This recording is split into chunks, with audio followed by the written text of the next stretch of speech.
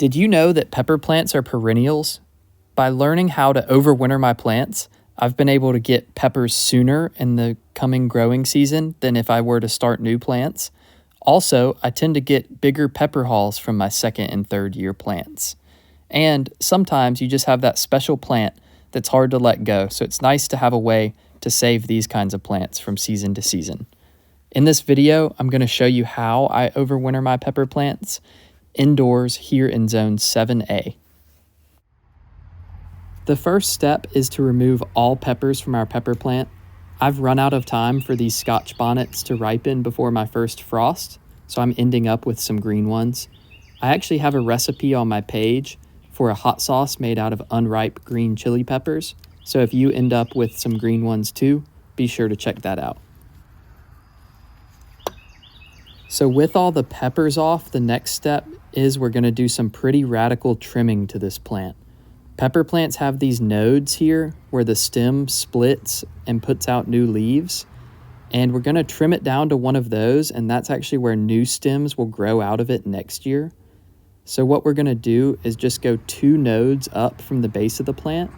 So that's 2 forks of the plant up from the ground. We're going to trim everything off just above that.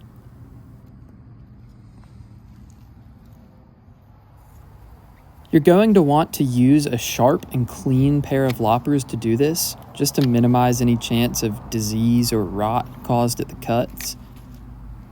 But this does look pretty dramatic. We're just cutting all the branches off the plant down to just above each of those nodes, probably leaving an inch of stem or so above the node, and removing all of the leaves in the process. And after all that cutting, here's what we're left with. Just a little stick with a couple forks in it coming up.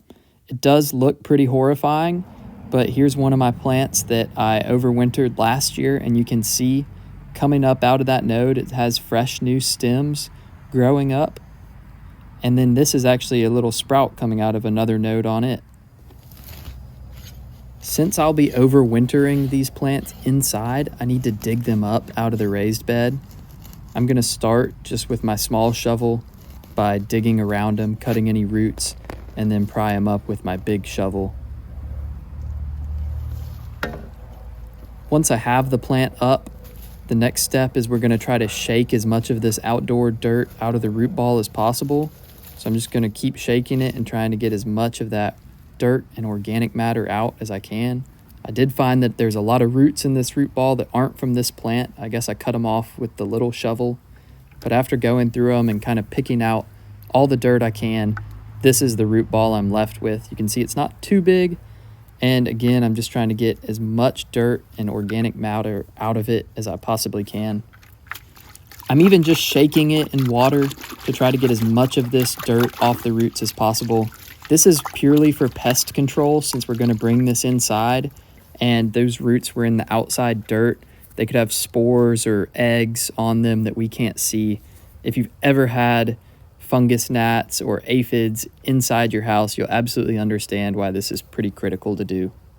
This is about as clean as I could get the root ball just with water and by picking dirt out.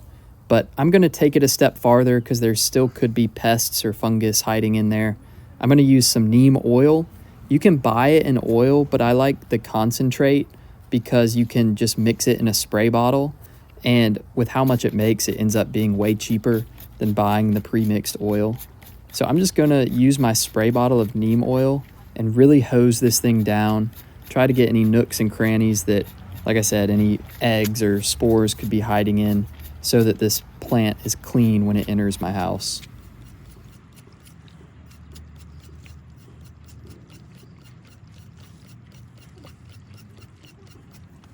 But after treating the plant really well with that neem oil, the next step is just to pot it up.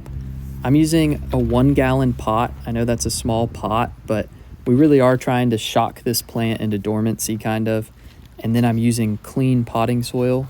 This is a brand new bag. I just opened it today. So once again, we're sure it doesn't have any bugs in it because it wasn't like sitting in the yard open or anything like that. So I'm using brand new potting soil in that small pot. And I'm just going to tuck my root ball in here on top of the soil. and then cover it with more fresh potting soil. The potting soil should also have enough nutrients to get this plant through the winter. It really won't need much because it won't be growing any or really even producing leaves or flowering. So that's another perk of using the new potting soil.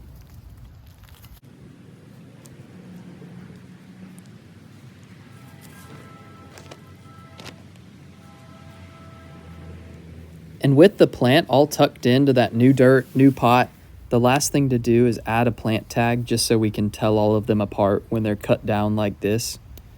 Here's what my porch looked like after a whole afternoon of preparing plants for overwinter. So fingers crossed these all make it to next season. I keep mine inside. You want them out of direct sunlight, and you don't want them to get too warm because then they might start growing full on again, and we really want that dormancy. I've also had luck putting them in an unheated basement area just with a small LED light to nurse them through the winter. If everything goes well, hopefully around January, February, midwinter, you might start seeing some buds, just some small leaves coming out at first from the stem. As it does get warmer out, you can introduce your plants to more and more light and warmer temperatures, and those leaves should start growing, some of them even into full-on branches coming out of the nodes of the plant that we cut it down to. This technique really has helped me increase my pepper harvests, and it's super nice to be able to harvest earlier than if you were to start from seed. I should mention that it's possible to do all of this perfectly and still lose your plants over the winter. It gives them a better shot than if they were left outside though, and to me the risk of a little wasted time in neem oil is definitely worth the reward of that first early pepper harvest from your overwintered plants. If you're interested in how you can get an overwintered pepper plant off on the right foot for a new season, I go through some steps on that in my video about my big Fatali plant that's been with me a few years now, so check it out. And thank you so much for watching this video. Please consider subscribing if you haven't for more pepper content.